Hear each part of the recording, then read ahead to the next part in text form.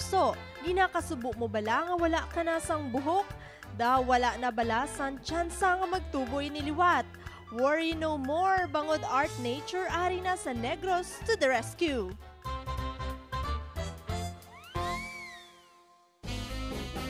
Di kalidad nga mga wig nga ginutihan, mga orihinal nga buhok gikan Korea, China kag India.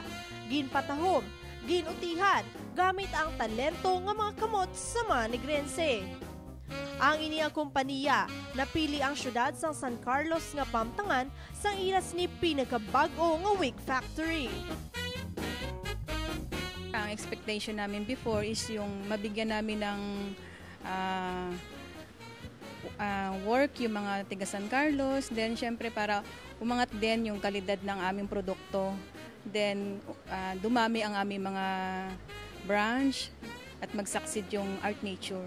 Hindi lamang panibago nga teknolohiya ang dala sa ini nga wig factory, kundi oportunidad para sa mga pumuluyo sa San Carlos kag sa mga kaiping nga banwa kag syudad.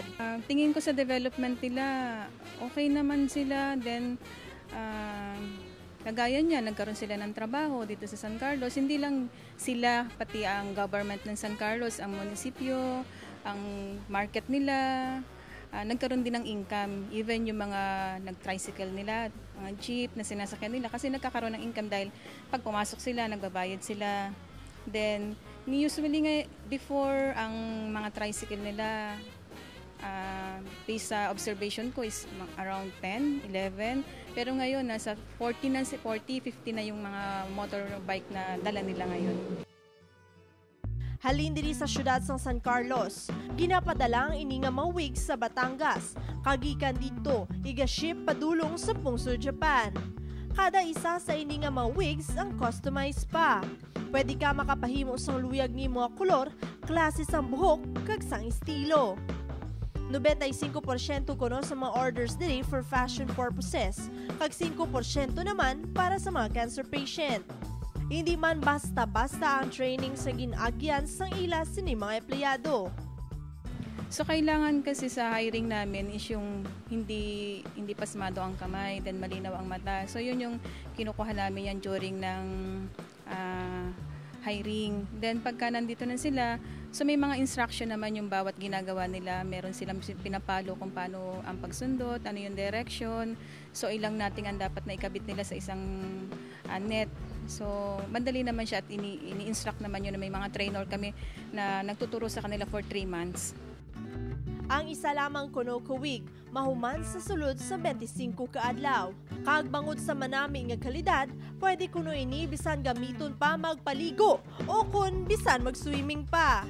Gani diri proud na proud ang mga Negrense naton nga mga kapuso nga maing kabahin sa ini nga wig factory. It's a big opportunity din, ma'am. Then thankful kami and overwhelmed na may Art Nature nga nagbulig sa amon di. It's a big help with sa amon. Nag-apply lang ko dito para mapatol lang sa mga pamilya ko, sa mga magulang ko, kasi mahirap kami, mami. Though big opportunity gid gali ang pagkadto di sa Art Nature because they gave us not just financial chances, but they also give us some opportunities na mag-grab naman baskin wala kami nakagraduate.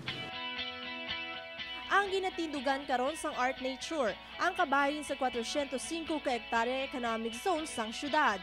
Ang 40 hektarya among ginatindugan sang Biopower kag sang Art Nature.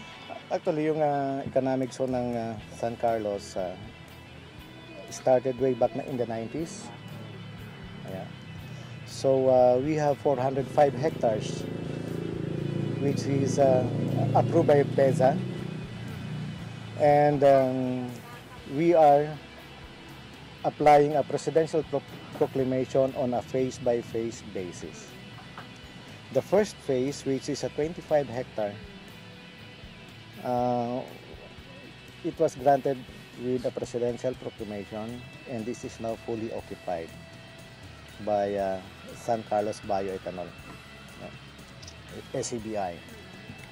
And the second phase, which is approximately 40 hectares, we call that the San Carlos Eco Zone 2. was granted with a presidential proclamation last May. And we have 2 locators now. Kag sa ining eco-zone, wala lamang kuno ang syudad basta-basta nga nagabaton sa investors. San Carlos is a very green city. And we want to be partners in maintaining the environment of San Carlos.